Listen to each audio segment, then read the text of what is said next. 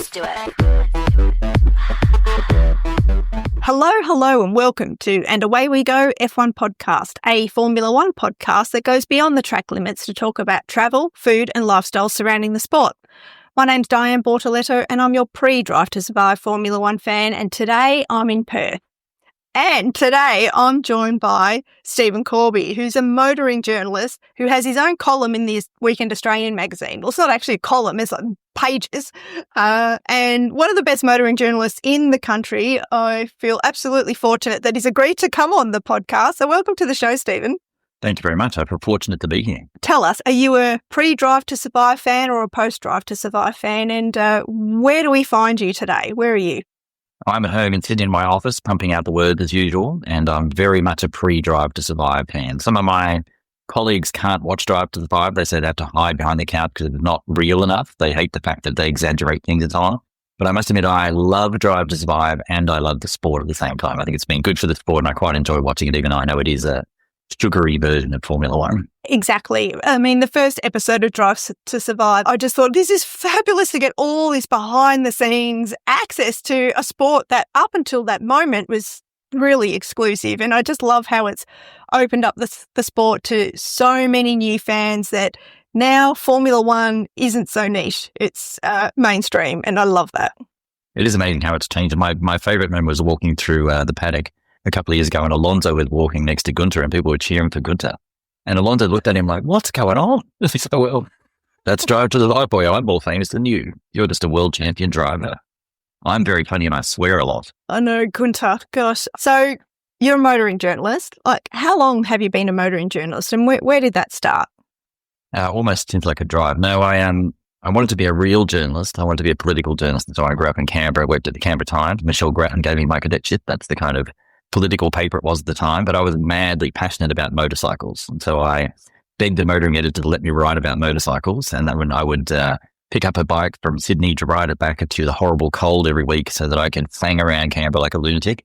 And I did that for years, a couple of years. And then he said to me, would you be interested in doing cars? I said, mate, cars are for soft idiots who can't ride bikes. I'm not interested. And he just kept pestering me. And he finally talked me into going on a car launch. And then I was like, I could kind of get into this. It's quite nice being treated like a prince. Then I did a few car reviews.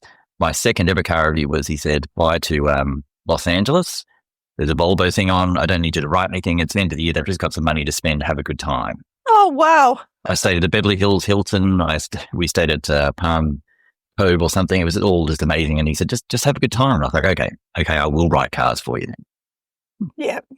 Yeah, that's a pretty good introduction into being a motoring journalist for sure. Like, go and have a free holiday and just enjoy yourself. It was pretty good. So, where did your love for Formula One come from then? Like, were you a MotoGP fan or? Oh, so when I was doing bikes, I covered Mick Doohan. I was absolutely mad for Wayne Gardner and Mick Doohan. I really loved the bikes back then. But my love of Formula One goes back to my stepfather. I remember him losing his mind over Alan Jones. Now that would be 1980.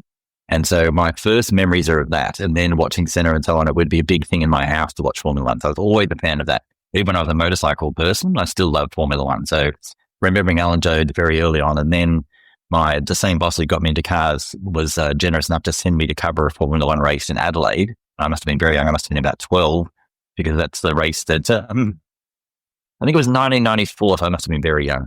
But it was when Damon Hill was taken out by Schumacher. And I remember being there, surrounded by all these international journalists. I'm just a child, as I say, and not knowing what to do. And they're just running around like crazy. It's quite obvious that Schumacher's taken him out. And it was this incredibly huge story in Formula One. I was like, wow. And so I had to file that. So that was the first time I ever covered a Formula One race. And after that, my love of it went up 120%.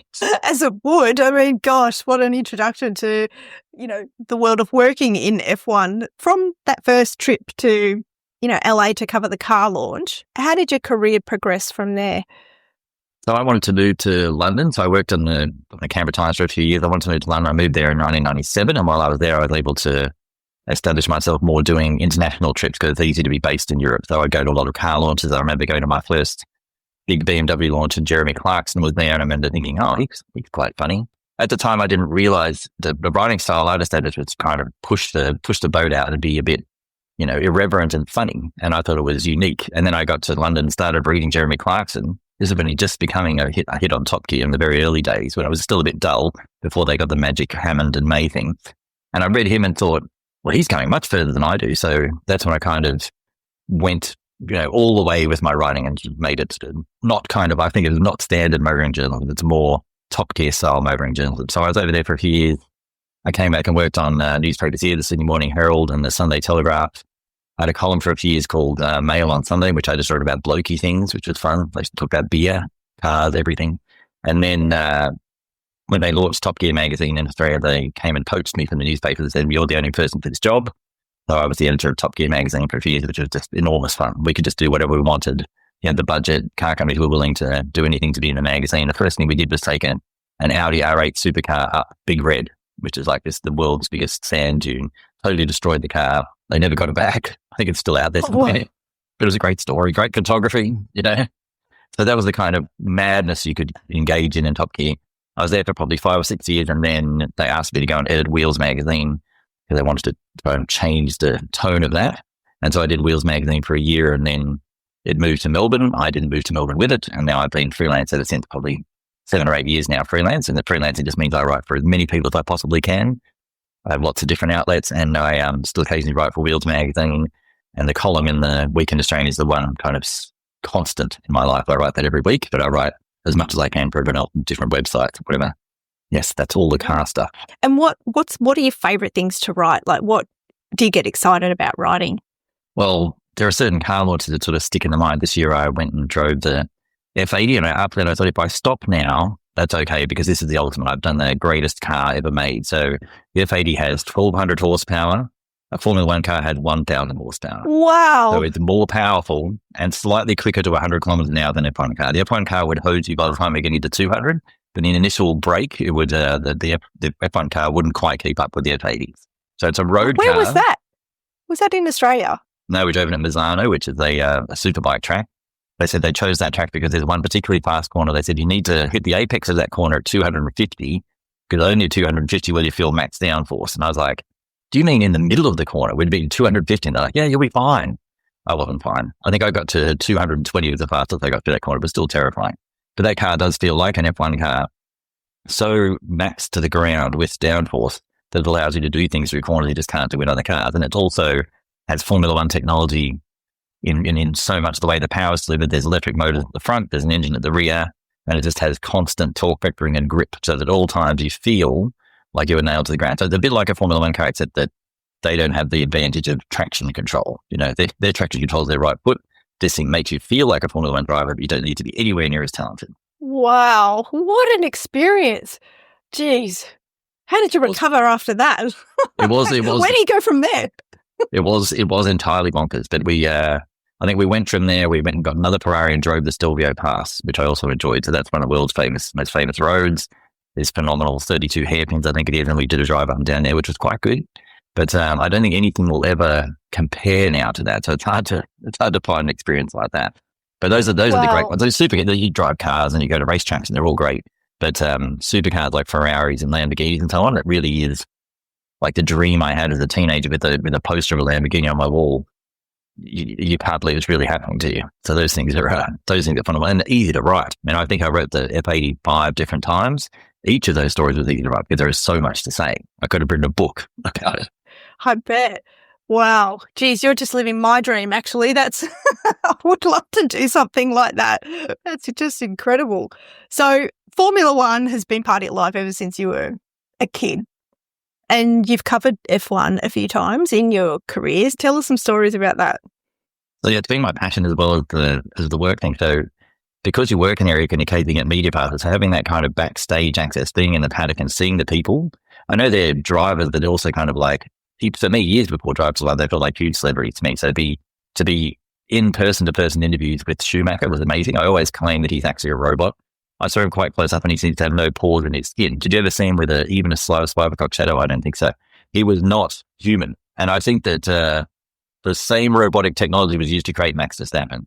Have you ever seen a hair on his face? I've seen him close up and he just looks grumpy. But so meeting them and coming to be in awe of what they do is something. So I went to Silverstone just as a kind of I didn't have to work. I just went to watch it. And I remember always Schumacher coming through the first corner and having this different line to everyone else. And you could see that he was faster than everyone else. I just get chills talking about it. Like, it was so moving for me to see that. And in those days, the noise of the Formula One cars made the fact that it would go through you like a rotary blade tearing your sternum apart. That was just so incredible. So every chance I got to go to a Formula One race, I would go. The ultimate experience that changed the way I feel about Formula One entirely, which is not many people get to do it, but I got to go at the last minute. They said, can you come to Melbourne tomorrow and go in the 2-seater Minardi? So I flew down to Melbourne and there's a 2-seater there. Paul Stoddart's there to tie you in. This woman gets out before me. She's a tall model. She was the face of Formula One that year. She got out and started vomiting in the bin. She was so sick. They put me in, they strap you in. I'm behind the driver, and they make you cross your arm like this, and they give you a dead man's button. So you've got to hold this button down, because if you pass out, a light will come on the driver's dash so that he doesn't hurt you. Because once you pass out, your neck will be doing this too much. So you have to hold the dead man's button as hard as you can. I'm like, who's going to pass out? He said, it does happen. And then off you go, 300 plus down the straight. The most physically far. I've been in a lot of race cars. I've been lucky enough to sit next to Peter Brock and phenomenal rally drivers, but I've never felt anything like that Formula One car. It was the G-forces. There's a long right-hand corner in Melbourne, and every time I watch the race now, it still comes back to me how hard I was being pushed like this. I couldn't breathe. I'm just being pushed to the side. You're just going, please, God, make this corner be over. And then you just start to breathe again. And then they hit the brakes, and the first time you hit the brakes, you think you're in an accident. You think they made a mistake. Oh my God, we're going to hit the wall. They hit the brakes. The G-force is just so intense. And all I'm trying to do is just breathe. You can't see because there's a block in front of you, and then the driver, he's driving me, and I just turned my head to try and look, and I could just about rip your head off. All I could think was, I can't physically deal with being in the car. How do they drive it, think at the same time, and race each other? All he was doing was just us on the track. I flew home to Sydney that night. 8 hours later, I was still lying under my desk because I still felt sick. It actually, I don't normally get motion sick in cars, but it had crushed my insides to the point where I struggled to recover, which is why when I watch that F1 movie and Brad Pitt 60-something gets in the car and drive it, I just don't buy it. Sorry, zero stars from me. I've got a 2-seater story as well, not nearly as awesome as yours. When I first started working in PR, was in London in the late 90s. So we were there around the same time. And I was working for an agency that had the Orange Arrows Formula One account. And I was a junior back then, and we had a track day in the 2-seater Formula One car. And Johnny Herbert was driving it that day, and we had the editor from Mobile Magazine. Orange were paying for this day, the mobile phone provider.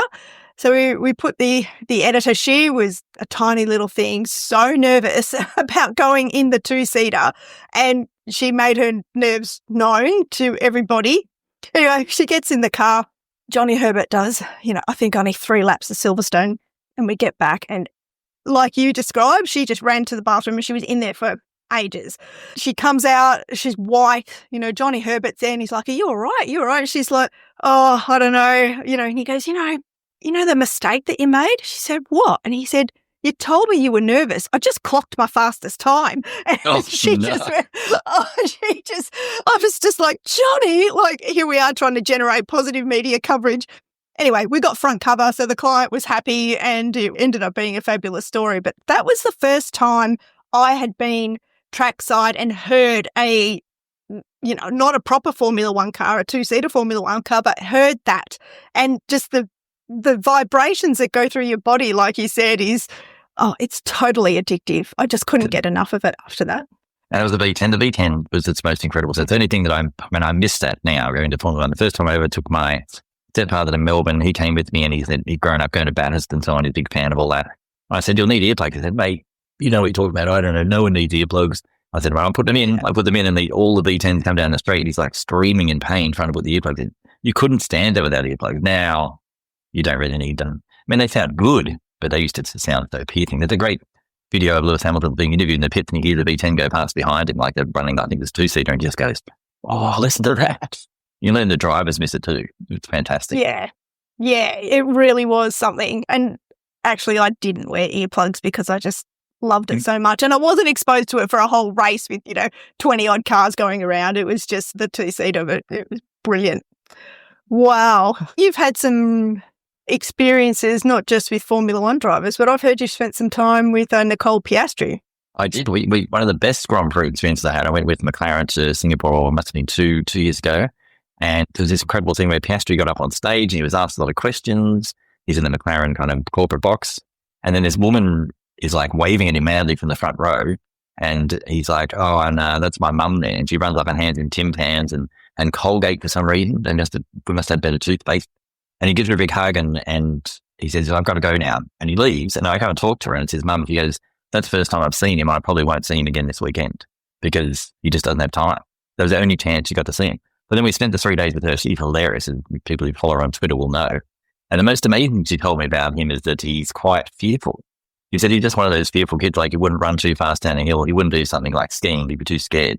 I said, did he aware of what it is that he does for a living? How is he not frightened of that? He said he just has this weird thing where that doesn't scare him, despite being quite a fearful person. I don't think any Formula One driver, I always say that the difference between Formula One drivers or racing drivers in general and humans is they don't feel fear. If I approach a corner at 200 plus, I'm thinking, oh dear. They're thinking, how fast can I go? Could I go a bit further? If the car gets loose, they quite enjoy that. They like not the parts of their brain that should light up at that point with self-preservation do not exist. And I've discussed with lots of racing drivers, Mick Doohan in particular. He didn't understand fear until he had his son, Jack. And then I said, okay, so when you watch Jack, do you feel fear then? He said, yes. He said, the first time I saw him racing, I felt so sorry for my parents. He said, but now I understand how awful that is. He said, so I don't feel fear for myself, but I can feel fear watching him. And he said, yeah, it's weird, that feeling. It must be awful feeling fear like you normal human beings. Yeah. I've always said that Max Verstappen, what sets him above everybody else is that he's just not afraid to die. Like he's just not, that thought doesn't even cross his mind, which is why he takes risks and why he's just elbows out and drives so aggressively. Well, that's one theory of mine anyway. Absolutely. And the fact that they can have an accident, get back in the car and not be slower. Like you think anyone else, if you have a spin or something, you get back on the self-preservation kicks in, you're a little bit nervous, they're just back on it again. And there's no hesitation. If you had fear, normal fear, like the rest of us feel, I don't think you could drive like that. It certainly would slow you down when you have a crash. It never slows it down. Same with motorcycles. I remember seeing Kevin Schwantz glide off the bike at the end of Eastern Creek and slide for about 800 meters. His leathers were burnt. He just got up and ran back to the pit and got on another bike. Like I would feel shaken. But he just feels like, oh, that's annoying. Let's go and do it again. Yeah. Oh, this is ruined my lap. Let's go, try again. I know. They've got a different chromosome, I think, than the rest of us normal Joes out here. Yeah.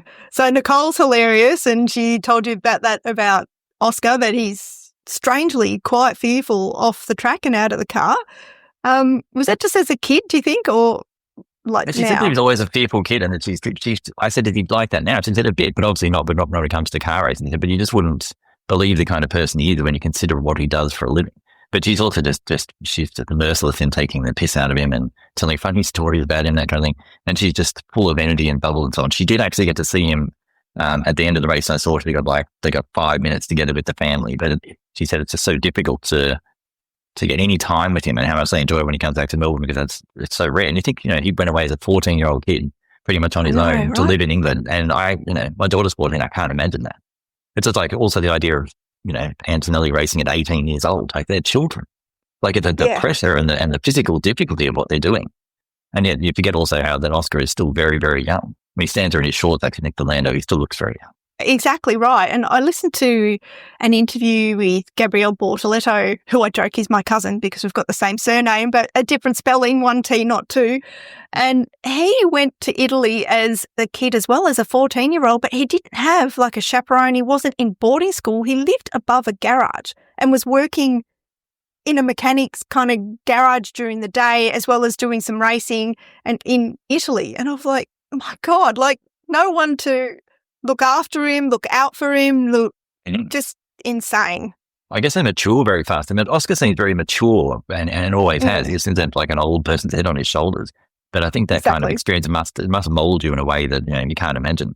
And just the drive to want it that much, that this is what I want to do, and I'm willing to, not be with my family, like I think, not see my sister, not be there for birthdays, but I'm here, I'm going to make a career of it. And you got to remember that we talk about the ones who make it, but 98% of people don't make it. It's the thing. Exactly.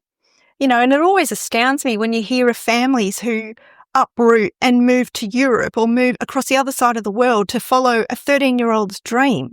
I'm like, gosh, that dream would have to be set in concrete, right? To uproot the whole family, for everybody to change their lives and move overseas. You know, it's not like me learning guitar in year 6 and then giving it away 6 months later because I didn't like carrying my guitar to school every week. You know, it's just, you'd want to have a solid commitment. It's such a big call. Like, imagine all the kids that have got that commitment and the families just can't support them in that way. And you need to look at Daniel Ricciardo, his family then, you know, uproot themselves and go to Europe and throw everything at him having that career. But like Ricciardo's lucky that his family have money. The more incredible story is Mark Webber, who gets there without the money. And will that ever happen again? You've got to have some kind of financial backing as well as the emotional encouragement of your parents to say, exactly. You know, it's a very expensive sport to get into. You've got to have money behind you all the way. Yeah, it sure is. So speaking of Mark Webber, you've spoken to him, haven't you? You've interviewed him before. Yeah, tell us what that was like. Well, the last time I saw him, I was at this dinner and there were probably 6 journalists there, 5 of whom were like influencers who might have heard of Drive to Survive but weren't that interested. And so they sort of started chatting amongst themselves. And I'm like sitting there just with Mark Webber asking him everything I could think of to ask about Formula One and different tracks and so on. Then I made this horrible mistake of saying, I remember that year when you were going to win the world championship and you had that horrible spin in the rain in Korea. You know, I was really upset. I was watching it on TV and I'm really annoyed and geez, that was bad. And he's looking at him, this look of horror on his face. And he goes, oh, was it? What was it bad to you, was it? He said, do you think I forgot about it? Yeah, I do remember that actually. Thanks so much for bringing it up. Why don't you give me a paper cut and put a lemon on it? It's oh God. So that was awkward. That was very awkward. How old were you? Like, that was only like 2 years ago. Oh gosh. He does some work for Porsche. So he was at a Porsche thing. He constructed the drive program for us. Because he has a house in Noosa. He said, oh, these are the roads you should drive around here. At the end of the day, he's there to talk to you about the car, but really, you just want to ask him about Formula One and nerd out, which I always do when I see him. But he's great. He's got fantastic stories about hanging out with Tom Cruise and so on. He lives this lifestyle that you can't quite imagine. It's quite remarkable. And like, it's just brilliant that he's, I guess, helped shape Oscar's career and he's there to mentor him. I did see somebody comment that on social along the lines of Mark Webber's demons, of his paranoia of the team favouring somebody else, is going to ruin Oscar's chance for a world championship. Like, you got any thoughts about that? I saw something horrible as well when people were having a go at Oscar and it just said halfway through the season, Oscar loses the grip. Oscar be like, and it was just a picture of Mark Webber in a Red Bull outfit. It's like, so I thought that was particularly cruel to bring up that comparison. But I just think he's a fantastic manager for him. He's so measured and driven. So I saw him at the start of the year at the Melbourne Grand Prix and we were talking about Oscar and he was so confident then. He said, this is going to be the year you watch. He's learned so much about time and he's learned so much in the last year. I think you'll be surprised how fast the car is and people will stop asking me whether it was the right decision to take him out and put him in McLaren. This is the year that people will stop asking me that question. So no, I don't buy it entirely that it is paranoia. I mean, I don't think that them messing with the car is probably a conspiracy theory too far, but the idea that they're favouring Lando is simply clear to me, and Mark Webber will fight like crazy against that as much as he can. But I don't think it's a disadvantage having him in your corner. And it's one thing that the English commentators, with all of their bias, often regularly point to. He's very lucky to have Mark Webber in his corner.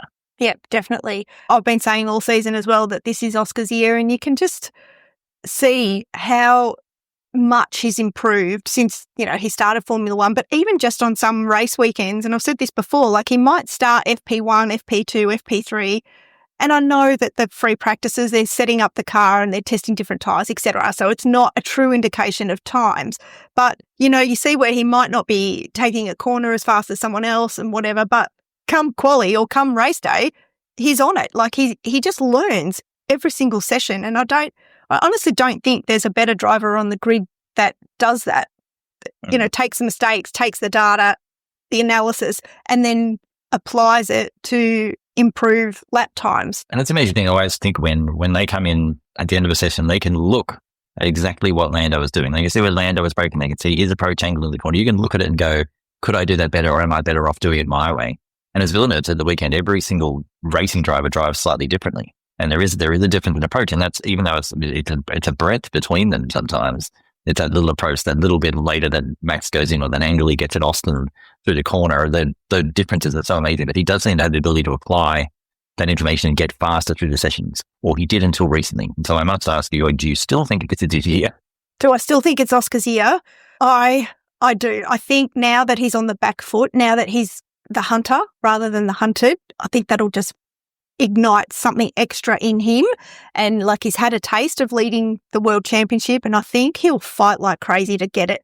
I think the only reason he won't win the World Drivers' Championship this year is if there's issues with the car, if there's bad calls from the team, like strategy or tyre management, or if the team stuff him up really, or if there's bad luck, like if he's taken out, has an accident through no fault of his own. I do think Oscar's got what it takes. Yeah, I'm not losing hope yet. No. At this point, so you just take one DNF, doesn't it? That's the thing. A DNF would be a disaster for any of those three drivers now. So Let's hope that doesn't happen. You don't want it to be decided like that. No, exactly. And those three drivers we're talking about, of course, Lando Norris, Max Verstappen, and Oscar Piastri. So have you got a Formula One team? Is there, have you always followed an F1 team or an F1 driver? Like, who do you support? It's weird, isn't it? Because unlike other sports, you tend to follow a team. My team is always dependent on who the driver is. And so, I was a Senna fan, so therefore I should be a McLaren fan. But when Mark Webber comes in, wherever Mark Webber was driving, that was my team. So now it's very much Piastri. Wherever Piastri's been, I'm following that guy. I do like the McLaren team, but if for some reason Oscar suddenly went and drove somewhere else, I would suddenly be a fan of that team. Okay. Do you still like the McLaren team, given how the favouritism is really clear towards Lando? I should have used the past tense. I had always liked the McLaren teams until recently. Well, I'll tell you my great fear is I think the next race will be pivotal. If Lando opens a gap in the next race and Verstappen is still getting closer, then I won't be surprised if they say, look, to make sure that we win the World Championship, we have to prioritise the driver in front with the most points. Now, they could have done that a couple of weeks ago. Might have been wise once Max started winning races. But I won't be surprised what happens. There'll be outrage and we'll all be annoyed down here. But everyone in England and the Sky commentators will tut-tut and stroke their beards and go, well, it's the right thing to do. And if it does happen, I'll be horrified. But I think Oscar really needs to put points on the board and get in front again, so that if that happens, it's going to happen to him. But I also think they wouldn't do it if it's him. And then they stand a real chance of, Max Verstappen stealing it somehow, which would be just the worst of all possible outcomes. Yeah, like if Oscar doesn't win the World Championship, I hope it's Max. And I'm not a Max Verstappen fan, only because the whole Lando favouritism has been so blatant and the whole British media are so blinkered to it. It's crazy. And they say, oh, your Australian fans are biased. Okay, I am. I'll own it. So if it's not Oscar, then, obviously I would prefer it to be Ferrari because I am a Ferrari fan. I'm an Oscar Piastri fan first and then a Ferrari fan equal first. I can't believe I've actually been cheering for Max Verstappen this season, which is just something I never thought I'd find myself doing. I always argue with people who are fans of Max Verstappen. I have to say, but why? What is it you like about the fact that he's willing to break the rules, seriously injure or kill other drivers, wouldn't bother him? Would have killed Hamilton if it wasn't for the halo. All that, the ruthlessness of him. Like he's a racing driver. He's such a great racing driver. I think he's physically the most talented racing driver in the world. I think he is the best. And if you put them all in the same car on the same track, I think he would probably win because A, he's probably a little bit faster, but B, he's willing to take everyone else out. And that's I just don't like that side of him. So I have to say, I think I'd be bitter and twisted if Lando wins, but I'd still prefer that to Max getting another one. Yeah, fair enough. That's why this world is such an interesting place. If we all had the same opinions, it'd be boring. So that's true. With Max, I guess I've liked seeing a different side of him in recent times, seeing him with Kelly, seeing him with his daughter, which has not changed his driving at all since he's become a father, and also seeing him not win every week. Like when he was winning everything, I couldn't stand him. And that said, I was exactly the same with Lewis Hamilton when he was dominating. I was just like, oh, here we go again. And truth be told, in 2021, when it was between Lewis and Max, I really didn't want Lewis breaking Michael Schumacher's record of 7 world titles because I'm a massive Shuey fan. But now I really want to see Lewis get an 8th in a Ferrari. I don't know when it's going to happen. Like it just feels like it's almost an impossible dream, but we live in hope. You never know what next year will bring with the new regulations. So Well, that's the great thing about the new regulations. Next year, all the cars go up in the air. We don't know where they're going to fall. And if Ferrari come with a fast car, as they kind of did when Schumacher got there, that I think next year is his last chance. But in that case, if the car was super fast, it would be a hell of a fight with Charles, because I think he's a very, very good driver. And I think that Hamilton, as much as he might like to be, one of the most interesting things that Webber ever said to me was about, I asked him why he retired when he did. He said, you just can't drive past about 34. He said, you're only losing a tiny bit here and there. He said, like 100s to here and 100s there, but in Formula One, that's too much. He said, you just can't go, and I can feel it. He said, I'm getting older, it's slowing down, my reactions aren't there. And I see him a few years later and say, well, how is Alonso doing it? And he goes, I don't know. He said, the thing with Alonso is he has no other hobbies. He has no other interests in life. All he wants to do is drive cars. He said, I'm happy to go and do other things, but Alonso just wants to keep doing it. I asked him again about Lewis this year. He said, I don't. He said, honestly, I remember saying that. I don't understand how anyone can continue to do it at that age. He said, because you've got to be slipping a little bit. It's like a cricketer, Ricky Ponting was amazing, but he now admits that at the end, he did slow down a little bit. It's just the tiniest margins change. The human body ages, the brain slows down. But I think Hamilton's probably got one more year. I think a lot of people would upset. I do think that if he'd won the contentious race and he'd won that season, I think he would have retired. I mean, it would have been almost mad not to. And it would have been the best finish. That's what's so annoying about it. He should have won that race. Oh, I mean, what are we talking? 4 years ago, and we're still talking about it. It still hurts. It does still hurt. I mean, I wasn't hoping for Max to win that race because it was so unfair the way it was done. But I was also, like I said, not wanting Michael Schumacher's record to be taken off him, because he was just a hero of mine for many, many years. And But it did create the best season of Drive to Survive ever. Yeah, it was a hell of a show. And it was great drama that only Formula One can provide, that kind of unexpected. It looks like it's over, but it's not. Like that, you so thought he had it, and then the crash at the wrong time, everything goes out. I remember just like driving home, kicking cats all the way home. It's just so angry. At 2 a.m, I think it was too. I'd been up till 2 a.m. for no good reason. You're right. It still does hurt. It just still feels wrong. And what about Felipe Massa, like doing Formula One for being robbed of his championship? What's your opinion on that? It's amazing. I mean, I was at that race, the Crashgate race. And at the time, when the rumors started going around, you're like, well, this is not possible. No one would do that. Like, what team would say to your driver, crash into the wall? So I think, he has at least morally, he has a case, doesn't he? But, and there's Flavio banned from the sport forever for his part in it. Yeah, right. And there he is back now, ruining Jack Doohan's life, looking grumpy in the pits. I mean, that's a weird lifetime ban, isn't it? I mean, it's so wrong. And that's when you think about, when people talk about conspiracies in Formula One, I always point back to that one and say, you think this sounds mad, it's impossible. How mad was that? But it actually happened. It's crazy. Yeah, exactly. So, I do feel for Felipe, yes. I feel for him as well, but it's kind of like, what are you going to achieve by winning this court case besides being able to say you're a Formula One champion? Like, you've missed all the glory days. You've missed, and it just feels like a lot of stress, like having to go through a high court case, which I think that's the next step, isn't it? At least the I team winning, but you can always argue that there were so many other variables. Is that the only reason you didn't win? So that's the cross argument would be Alonso would have beaten you in many other ways. So I don't know. I think, as I say, morally, I feel like he has a case, but I don't know that legally it's that strong. We shall see. Yeah. He should probably play that moral card and win not the sympathies, but the support of the wider fan base and build up his following that way. I think he might get more joy from that than...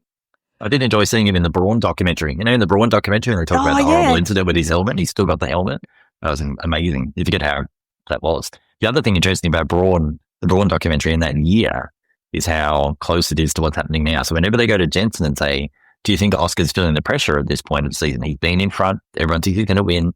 And now his teammate's coming back. And I'm thinking, well, no one is better placed to answer these questions than you, Jensen. Please let us know.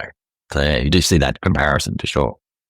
Yeah, I do really like Jensen Button's commentary, especially when he's paired with Danica Patrick. It's just comedy gold. I just watch. You've read my mind. You don't watch it. You just watch his face. Just trying to keep it together, and just like you can see, it's like a silent groan. You can see the groan trying to get out of his body. Like she says something, and he just wants to groan. He's like trying to hold it in. Oh, dude, that's so intelligent what you just said. You're offering so Wow. much insight and value Yes. to the viewers. It's just this, it's comedy gold just watching that. Well, Monaco is a race that we've both been to, but you experienced it way differently to me. I think I was there in 2014. When did you go? And tell us about your experience in Monaco.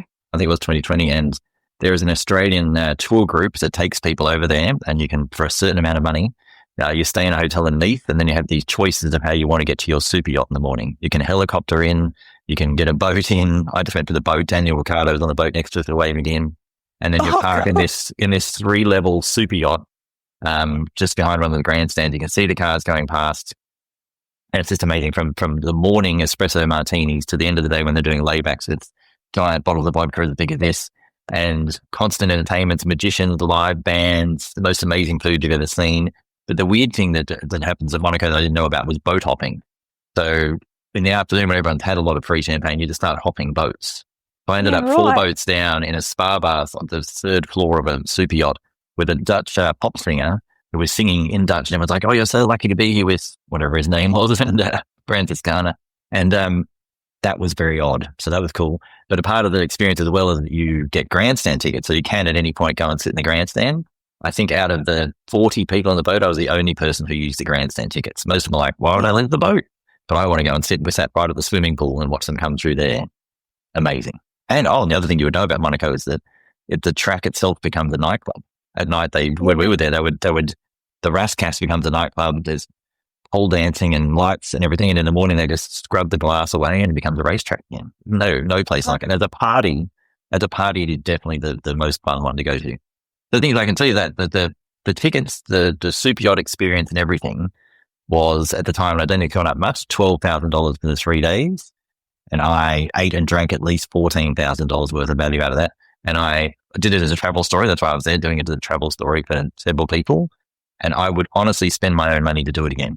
I keep talking about that. I will do it again. It's a bucket list to go back and do it again with friends of mine who are huge Formula One fans. I'm like, it sounds like a lot of money, but it is worth every dollar. Well, yeah, we just were plebs in the grandstand. It was a last minute decision that we made 2 weeks before. I had a trip to Italy, a work trip to Sicily, actually, that fell through at the last minute. And it was like, well, we're going to be in Italy anyway. Monaco really is just up the road. Shall we go to the Monaco Grand Prix? And my husband, who was a lukewarm Formula One fan at the time, just went, yeah, sure. So I just booked tickets. I didn't even tell him how much it cost. And we're talking like 11 years ago. It was $1,500 for the both of us to get a wooden plank with 2 lines painted on it that said 55 and 56, no backs, just a grandstand, just a plank seat opposite the marina. And it was just the greatest day of our lives. It was brilliant. Like right downstairs, right under the grandstand was a Heineken bath. Not once was there a queue. We just got €8 pints and we sat there and just had an awesome day. Daniel Ricciardo finished 2nd in that race. And I was watching people like you on the super yachts with their back to the track half the time. No. Guys, turn around, you idiots. What's happening? Like, Well, that's what struck me. I think it was €800 a day for the grandstand, to sit in the grandstand. I was like, well, if you're paying that much, just chip on the extra and get on a super yacht, I reckon. yeah. I mean, it seems impossible, but there are these companies that do it. And I was like, well, that's a pretty good option. And you can actually carry on the Monday. You can drive a Formula One car, which I was supposed to do. They said every year on the Monday, someone drops out. Car. Yeah, so you can drive a Formula One car. You go to Paul Ricard. You go through the day, you start with Formula Renault and they build up and build up. And as long as you don't crash in the car, at the end of the day, you get to drive a Formula One car. So that's part of this tour as well. You can add that on as a package. But every single year until I was there, someone had dropped out on the Monday because they were too hungover. They said, we'll call you at 6 a.m. Someone won't come. Always 2 or 3 people drop out. I'm sitting there waiting by the phone and everyone turned up that day. 80% of them didn't get to the Formula One car. They couldn't progress through the stages. So that was upsetting. And then to come back on a Monday night, and then for the next 5 days, you drive across Europe in 12 different supercars, staying at 5-star resorts, and that's part of the whole package. So you can do just the Monaco bit, or you do the entire European supercar tour, which starts with the race and ends in the Champagne region with a champagne drinking experience. And that altogether is a lot more than 12,000, but it is that's dream holiday stuff. Not for journalists, obviously, but for people with real jobs. Well, for journalists, if they're able to be hosted and write about it and tell the world about it, but on a journalist salary, perhaps it's just how the other half live, right? People that are super fans that just save up and do it once. Just do it once. It's a bucket list thing, and why not? Exactly. That's what superannuation's for. Like I keep telling my wife. That's exactly right. Well, Stephen, just before we jump into the final three, let me ask you this. What is it that you love about Formula One? One sentence. To me, it's the knowledge I have of what they're doing in the car that makes it feel so rich to me, because I know how fast the car is and how hard it is to drive. I used to love the sport of it and the politics of it and all that kind of thing, but now I just have the utmost respect for what they're doing in the car, and that's what I love. And particularly if it's a track that I've been to, I can feel and see what it is they're doing, and it blows my mind. Brilliant. Well, the final three questions, these are questions that we ask every guest that comes on the podcast. If you could travel for a holiday to any Formula One destination, whether it's race week or non-race week, current or former, where would you choose to go on a holiday and why? Oh, non-race week would be tough. I'm going to have to say Spa, because that's the race that I most want to see. And then, having lived in Europe a couple of times, I regret enormously that I didn't make it happen. And my colleagues have been to Spa. I gave up a ticket to go and drive the new Nissan GTR around Spa, and my colleagues went and did that, to drive through Eau Rouge and do all that. And they said it was absolutely mind-boggling. So that's the one I have to go to, because it's the race, I think, that still has the best racing, and nothing annoys me more than the fact that it's not a full-time part of the calendar anymore, because that is awful. Know. And the drivers running around, nobody wants that. We've got all these races in the Middle East and America. Vegas is seen as like a slightly pointless race. But if I was going to go anywhere for a holiday in non-race week that is a Formula One destination, it would probably be Austin, which is also another Grand Prix I want to go to, but Austin's a fantastic town. So if you could holiday with any Formula One driver, dead or alive, who would it be and why? Well, it would have been Villeneuve in the past, but since he's become a commentator, I find that he's becoming... he seems to be one of those people who says outrageous things for the sake of getting attention. And he doesn't feel like the same Villeneuve that when Villeneuve won the World Championship, I was watching it at NEC in Birmingham at a motor show. There were thousands of people there, and Clarkson was on stage watching it with a microphone. And when Schumacher and Villeneuve had the incident, the places went wild. And I'd made a bet with several friends that if Villeneuve won, I would dye my hair blonde. My hair used to be brown. And so I dyed my hair blonde and spiked it like Villeneuve. That's how much of a fan I was of him at the time. Yeah, but now... my answer to that would definitely be Eddie Irvine. Yeah, right. Because he's a party boy and he's good fun. And he was doing the grid walk the other day, and Martin ran into him. He was just like being horribly inappropriate. Martin had to walk away. But he said, I'm mates with, the boss of F1, I still get a ticket. But he just seems like he's exactly the same lad that he always was. And I think I would like to have a holiday with him in Dublin. Oh, God, that would just be wild. That would be... I was a fan of... Eddie Irvine back in the day. Now, I don't know if you're much of a cook. So if you're not a cook, then what would you like to eat? If you were to cook or eat a Formula One themed meal, a cuisine from any race destination, what would you choose to cook or eat and why? Yeah. I wish I could cook it, but I would have char kway teow from the hawker market in Singapore. And every time I go to the race in Singapore, I go there and have it. It's one of those tiny little places that has a Michelin star because the char kway teow is so good. And get it extra spicy. It is phenomenal. It's one of my favorite things to eat in the world, and that would definitely be it. But there are a million answers to that question. I would also go for barbecue in Austin. Mm-hmm. Also very good. Again, I wish I could cook it as well as they can. When you get off at the airport in Austin, you can smell it. I think there's a barbecue place in the airport, and you can smell barbecue from the moment you get there. I've been there and I've woken up in the middle of the night with meat sweats because I've eaten so much barbecue meat. Oh, God. Get up and do it all again. Oh, fabulous.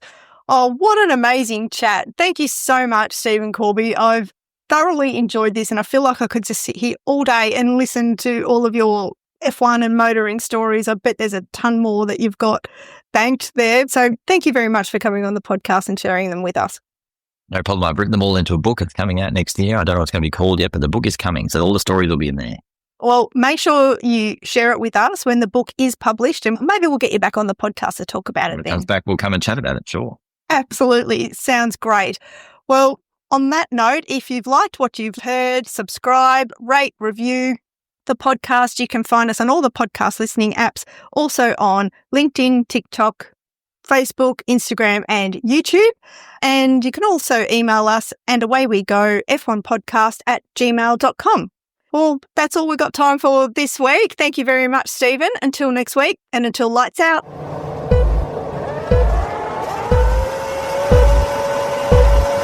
It's lights out and away we go. And Away We Go podcast is produced by Diane Bortoletto. Let's do it.